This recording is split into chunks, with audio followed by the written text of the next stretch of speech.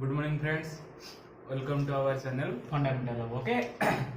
Nishadat Manti, I am your mentor or guide. Okay, see here. आज हम discuss करेंगे physics के एक चैप्टर के बारे में. चैप्टर तो नहीं, ये एक पार्ट ऑफ फिजिक्स कह सकते हैं कि ये मोशन में भास्ट पार्ट है, एक भास्ट चैप्टर है फिजिक्स में. और ये जो मोशन से इससे आपका पीएचडी लेवल तक, यही क्लास है पीएचडी लेवल तक है ये मोशन. आज हम डिस्कस करेंगे सेकेंड लॉ ऑफ मोशंस. हम first law of motions inertia के बारे में प्रीवियस वीडियो में डिस्कस कर चुके हैं. तो अब चलते हैं second law of motion. Okay, before going to second law of motions we have to first know what is that momentum. Okay, tell me what is that momentum is that, okay, see your an example. After seeing the example you will be cleared about the momentum.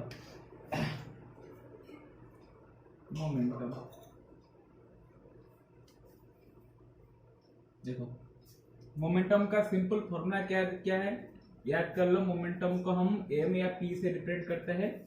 Momentum का formula है mass into velocity. Simple, mass into velocity, इसलिए उसका unit ऐसा unit क्या होगा, KG पर sorry KG into velocity क्या है, मीटर पर सेकंड. ओके, ये हो गया किसका, मोमेंटम का फॉर्मूला ऐसा यूनिट. देखो, आप सभी को पता है कि इस फॉर्मूला से हमको पता चलता है कि if we multiply mass with its respective velocity then we get the momentum. Okay, कैसे, ये होता है एक बड़ा सा ट्रक. ओके, उसका मास लेट 20 न्यूटन है. कितना है, 20 न्यूटन. तब क्या होगा, जब उसका वेलोसिटी 0 है, अब उसका वेलोसिटी 0 है, इस डायरेक्शन से एक पर्सन आकर उसके टकराता है, तो किसको चोट पहुंचती है, this is the truck and ये पर्सन लेस ऐसे जस्ट ऐसे मान लो खड़ा हो गया उसके सामने, तो इस पर्सन को कुछ भी चोट नहीं आएगा. क्योंकि यहाँ पर उसका जो नेट मोमेंटम ट्रक का कितना है, 0 है. क्यों 0 है, according to this formula if you multiply mass 20 newton with it but velocity is 0 ना, that's why the net momentum is 0. Okay, this is that's why the net momentum is 0. So this is not affected that person as this is the net momentum is 0. और एक example, ये truck है 20 Newton, here is another truck which is also 20 newton. Okay, and here the velocity is let 10 meter per second. Here velocity is 20 meter per second. Then tell me, if this hits a object and that truck also hit the same object, who affect that object badly, comparing that two, as we know that both having the same mass and velocity of that one, first one is less than the second one, then net momentum of first one will be your 10 into 20 is equal to 200 kg metre per second. क्या किसका है, fast का.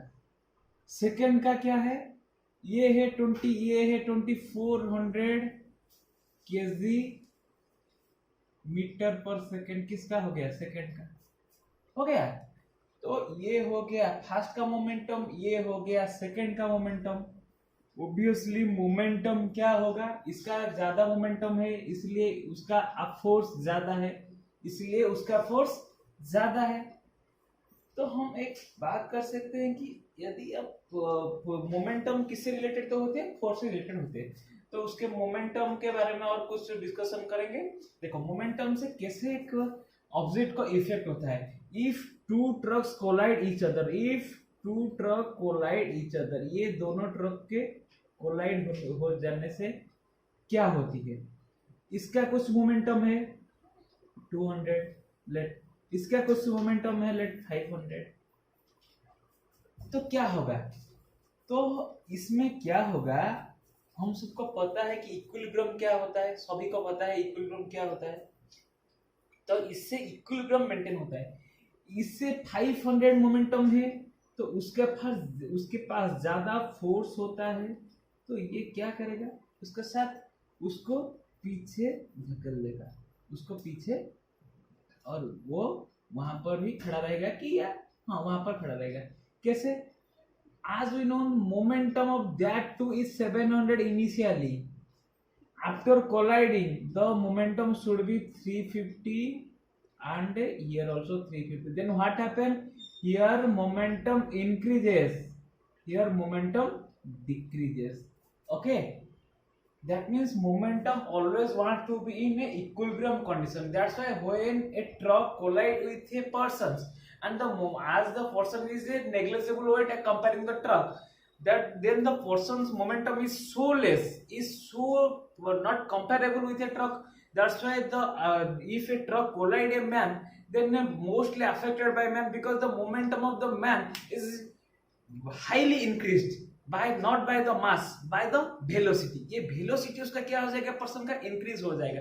मास तो same है लेकिन velocity क्या होगा, increase होगा, क्योंकि इस जो ट्रक का जो फोर्स है, देखो ट्रक का जो मोमेंटम है, ट्रक का मोमेंटम कैसे बनता है, उसका वेलोसिटी उसका मास के मल्टीप्लिकेशन और प्रोडक्ट से।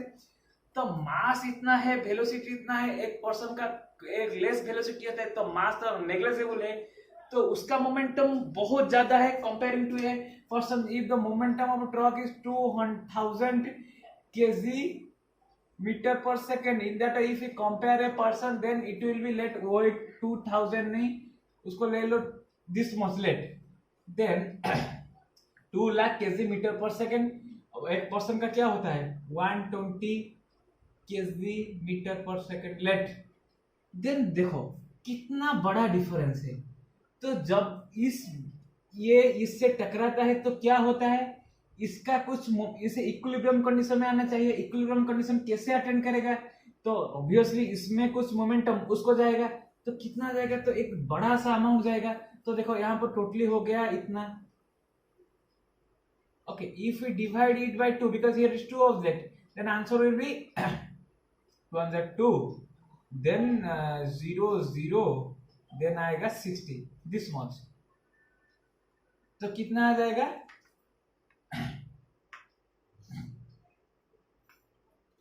नो सॉरी मिस्टेक हो गया, 2,120 को डिवाइड करने के बाद ये कितना हो जाएगा 1,60,000, कितना हो गया 1,60,000 मोमेंटम होना चाहिए दोनों को। तो इनिशियली उनका मोमेंटम, इसका मोमेंटम कितना है, इसका मोमेंटम 120 है at the with when truck is here and the person is here, at that time momentum is 120, but when trucks collide then suddenly momentum changes from this to this. So how this is the momentum increases, momentum is depend upon that two factor, either mass, increasing of mass, or velocity. So increasing of mass is not possible, so increasing of velocity is possible. So if the increasing velocity, then think what is the gain, what is the force is required to change the velocity from 2 km per hour 2 meter per second to attend to that momentum. See, that's why a person is affected badly when it's colliding with a truck. This is all about your momentum. Okay. तो चलते हैं, क्यों हम momentum के बारे में discuss कर रहे हैं, बिकॉज ये हमारा सेकेंड लॉ ऑफ मोशन एक इम्पोर्टेंट है, एक वेरी क्या कह सकते हैं क्लंजी पार्ट है मोशन का। तो हम यहाँ पर उसको डिस्कशन करेंगे मोमेंटम के थ्रू। तो मोमेंटम सभी को पता चला, मोमेंटम का फॉर्मूला क्या है, मास इनटू वेलोसिटी। ओके, तो चलो ये होता है मोमेंटम का डिस्क्रिप्शन।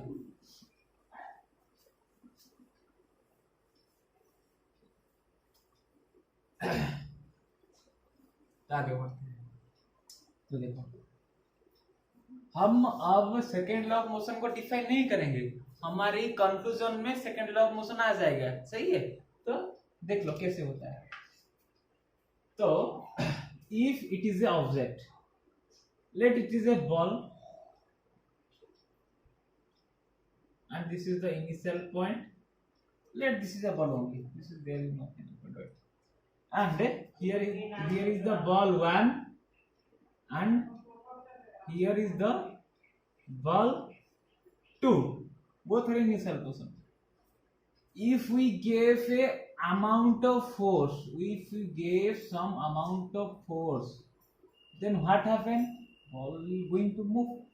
बॉल के मोशन में आ जाएगा. पता है, हम सबको पता है फर्स्ट लॉ ऑफ मोशन में एक्सटर्नल फोर्स अप्लाई करने के बाद ये रेस्ट ऑब्जेक्ट मोशन में आ जाएगा. तो इससे एक वेलोसिटी अटेन करेगा. ये वेलोसिटी लेट कितना होगा? ये जब इसमें था तो रेस्ट में था तो वेलोसिटी 0 पे था. अब यहाँ पर वेलोसिटी कितना हो गया? 5 मीटर पर सेकेंड. यहाँ पर 0 मीटर पर सेकेंड में था initially, but after giving an external force it will be 5 meter per second. Here is the ball 2, and if same mass, if we give more force towards the ball 2, that ball 2 initially in rest, that means that our u is equal to your 0 meter per second. After applying that force, it will go to attain a velocity of let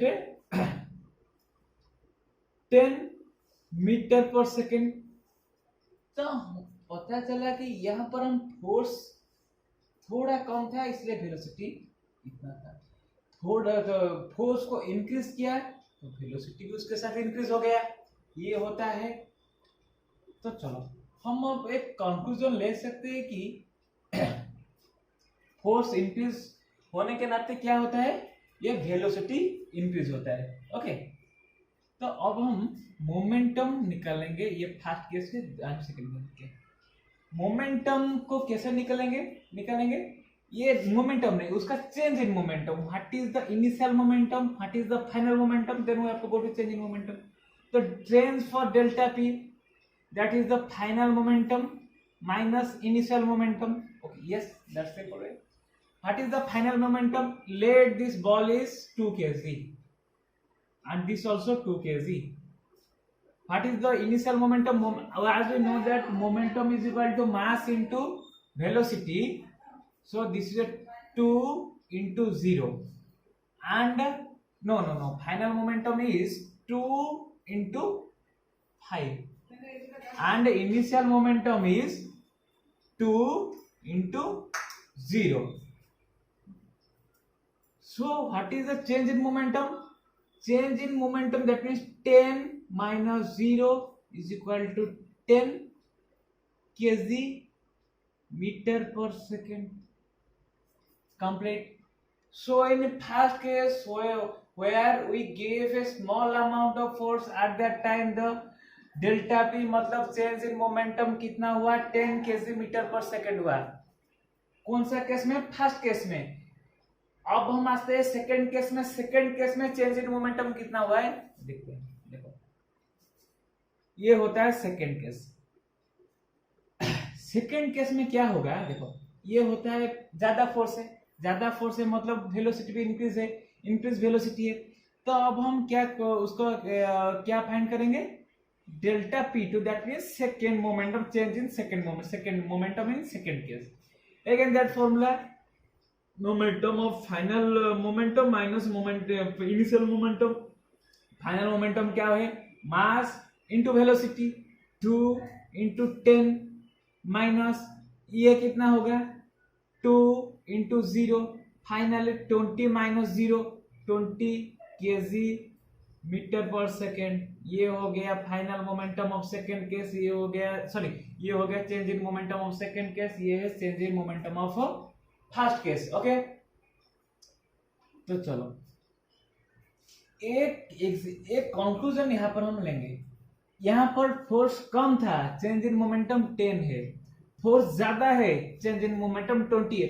तो we can write that force is directly proportional to the change in momentum.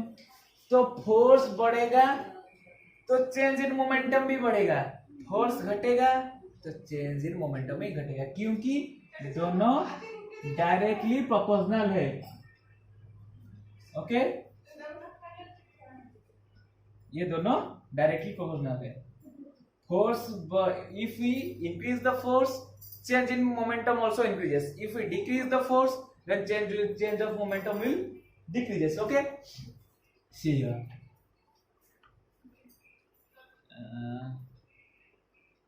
Okay, that's our conclusion. We have next go to next thing. Next to daily life example. Take an example of daily life. See here. देखते हैं क्या होता है.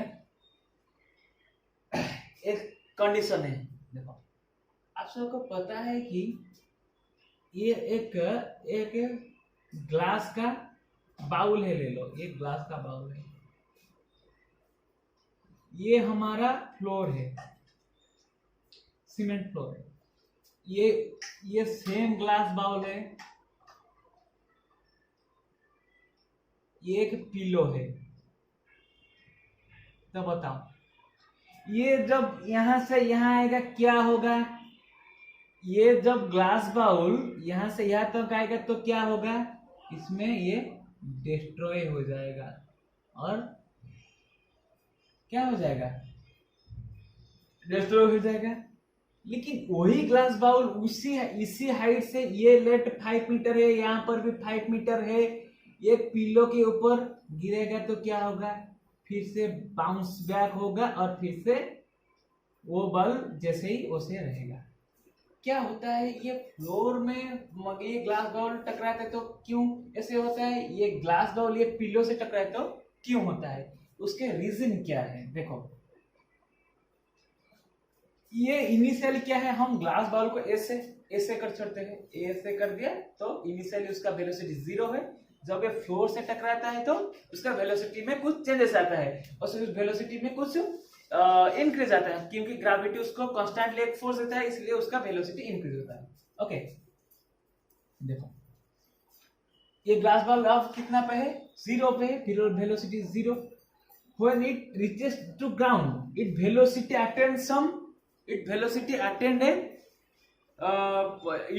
attend a velocity माने greater velocity comparing to the initial velocity.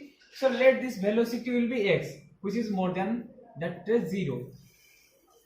And at that time, tell me, what is the momentum? देखो, ये momentum क्या होगा? ये इतना है इस समय, सही है. तो जब ये डायरेक्टली क्या होगा? टकराता है तो क्या होता है? इसमें चेंज ऑफ मोमेंटम जल्दी हो सकता है, और चेंज इन मोमेंटम को एक बहुत जल्दी होता है. दैट मीन्स आ गया, टकरा गया, टूट गया. लेकिन यहाँ पर क्या है? पहले आया 0 से 10 अटेंड किया, फिर से 10 अटेंड के बाद ये स्टॉप नहीं हुआ है, सडनली चेंज नहीं हुआ है, फिर से बाउंस बैक हुआ है. दैट मीन्स ये यहाँ पर 10 है, यहाँ पर भी 10 है, यहाँ पर उसका भी 10 है, मोमेंटम यहाँ पर 10 है. ये सडनली 10 से 0 नहीं हुआ, 10 से 5 हुआ, 5 से 3 हुआ, उसका बाद 0 हुआ. लेकिन यहाँ पर एक फ्लोर के ऊपर हम जब एक बाउल को छोड़ देते तो क्या होता है? ये सडनली 0 पे आता है. 10 के बाद सडनली 0. अंडरस्टैंड? 10 के बाद सडनली 0. यहाँ पर 10 के बाद 5, 3, 2, 1 ऐसे होता है, लेकिन यहाँ पर सडनली 0 में आ जाता है. इसीलिए क्या होता है? टाइम का फैक्टर होता है. That means force, that means yes, ये होता है मोमेंटम, ये होता है मोमेंटम. तो ये क्यों टूटता है, यहाँ पर क्यों टूटता नहीं है? That means it acts a greater force towards the ground and it acts a smaller force towards the ground. जब ये एक ग्रेटर फोर्स एक्ट करता है तो इसमें फोर्स ज्यादा है, हाइट सेम है, वेलोसिटी सेम है, everything is same, still then it acts a greater force, it adds a smaller force. Why? It takes a greater time. It takes a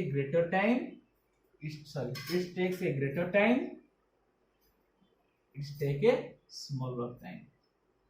This is the difference between two. ये destroy होता है क्यों? ये suddenly आकर 10 से suddenly 0 हो जाता है, तो एक स्मॉल टाइम के अंदर डिस्ट्रॉय 0 से आ जाता है. लेकिन इसमें कुछ टाइम लगता है, इसमें 10 के बाद 5, 3, 2, 1, 0 ऐसे होता है. तो इसमें कुछ ज्यादा टाइम लगता है, इसमें बहुत कम टाइम लगता है, लेसर टाइम. इसमें कुछ ज्यादा टाइम, लॉन्गर टाइम लगता है. तो इसमें ज्यादा फोर्स है इसलिए टूट गया, इसमें कम फोर्स है ये नहीं इसलिए नहीं टूटा। तो जाहिर सी बात है कि जब टाइम घटने के बाद फोर्स उस टाइम क्या होता है, इंक्रीज होता है। यस और नो? जब टाइम घटता है तो फोर्स क्या होता है, इंक्रीज होता है।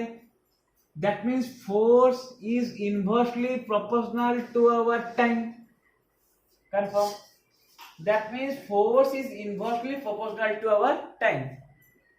you all are watching और playing cricket, सभी को पता है कि देखो जब हम कैच लेते हैं कैसे लेते हैं, देखो जब हम कैच लेते हैं तब कैसे लेते हैं, देखो ऐसे क्या करते हैं, इसमें ऐसे नहीं बॉल आता है तो हम ऐसे नहीं रखते, इसको ऐसे करते हैं। कैच धरने के बाद कुछ समय उसको नीचे लाते हैं। क्यों नीचे लाते हैं? देखो इसी का भी कारण होता है मोमेंटम। इसमें साइंस है लेकिन हम सबको पता नहीं, लेकिन उसमें साइंस है। क्योंकि जब हमारी हाथ में डायरेक्ट आकर टकराता है, देखो ये डायरेक्ट आकर टकराता है हमारे हाथ को, देखो डायरेक्ट, दैट मीन्स उसका मोमेंटम जितना भी है, जितना एक्स भी है, ये एक्स सडनली जीरो होता है। तो it's creates A gives a lot of force. जितना फोर्स होगा तो हमको उतना दर्द होगा। ये मतलब ऐसे लाएगा तो क्या होगा, इसमें भी वही मोमेंटम है लेकिन ये मोमेंटम सडनली जीरो नहीं होता है, कुछ समय बाद जीरो होता है। टाइम व्यतीत करता है हमारे हाथ के ऊपर। टाइम जितना बढ़ेगा फोर्स उतना कमेगा। हियर टाइम जितना बढ़ेगा फोर्स उतना कमेगा, इसीलिए हम इसको ए से लाते हैं, ए से। ओके, तो ये होता है हमारे फोर्स और टाइम की रिलेशन। टाइम बढ़ेगा फोर्स घटेगा, टाइम घटेगा फोर्स बढ़ेगा। Okay, you can take another example. When an athlete, you can take the example of long jump. When a person takes a long jump on a ground, then it hurts a lot. No, there is no sand, hurts a lot. Why? Because there is suddenly change in momentum. Suddenly 100, then 0, then this will be very problematic for a person. If it takes some amount of sand, then what happens? The person takes a time to stop their momentum, takes a time, so that not hurt to the person. Okay, so this is some daily life example of momentum. From that we conclude that to see here, force is directly proportional to change in momentum, force is directly proportional to time. तो देखो क्या होता है, देखते हैं। Force, ये दोनों equation को हम एक साथ लिखते हैं। देखो force is directly proportional to momentum by t. That means what is the change in momentum? Change in momentum क्या है? mass multiplied by velocity. Mass multiplied by final velocity minus mass multiplied by initial velocity divided by time taken. Okay, तो हम इसको क्या अब m को common ले सकते हैं। कॉमन लेने के बाद क्या हो गया, v minus U by T हो गया। तो अब ये क्या हो गया, m is equal to m multiplied v minus U by T which is equal to acceleration. You know I discuss that in first class. v minus U आज v minus U t by t is equal to acceleration. So finally we get that F is directly proportional to mass into acceleration. That means F is equal to, if we take that proportional sign, if we get the equal sign, we have to take a common or take a what we call that a unit k. F is equal to k. When k is equal to 1, then F is equal to m into a. Finally we got what? Force is equal to mass into acceleration. Finally that second law states that is equal to force is equal to mass into acceleration. That's our second law of motion. That means what our second law of motion states? ये जो force होता है ये मास और acceleration के ऊपर depend करता है। जब मास बढ़ता है तो फोर्स बढ़ता है, एक्सीलरेशन बढ़ता है तो फोर्स बढ़ता है। ये होता है हमारा second law of motion. I think you will clear about that class. तो सेकेंड लॉ ऑफ मोशन क्या करता है, फोर्स का डेफिनेशन देता है। क्या करता है, उसका काम फोर्स का डेफिनेशन देना है। तो फोर्स का डेफिनेशन मिल गया, mass into. So remember laws of second law of motion states that the force that definition of force which is equal to mass into acceleration, ये डेल लाइफ एग्जांपल हो गया, mass into acceleration हो गया। अब आप simple लिख सकते हैं second law of motion states about the if we product multiply mass with their acceleration, then we get the force, and the force is direct. Otherwise we can say that also in that way, second law of motions can say that also in our previous format. Force देखो ये दोनों हो सकता है, ये तो होता है आपको सभी को पता चला, ये होता है इसका फॉर्मूला, ये होता है डेफिनेशन ऑफ फोर्स। इसको हम लिख सकते हैं force is directly proportional to change in momentum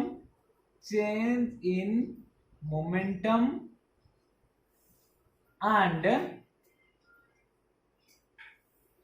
force is directly proportional to change in momentum and that force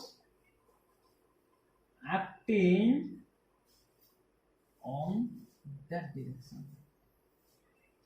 And this will reverse that also, we can say that force also inversely proportional to our time. You can, there is a direct example, the direct definition. Here is another definition. You can take number of definition by my explanations. I think you will be better. Listen, before closing the class, I have a small request to all of you. Please like, share, subscribe my channels. This channel provides you lot of type of physics related, chemistry related, biology related, mathematics related, everything.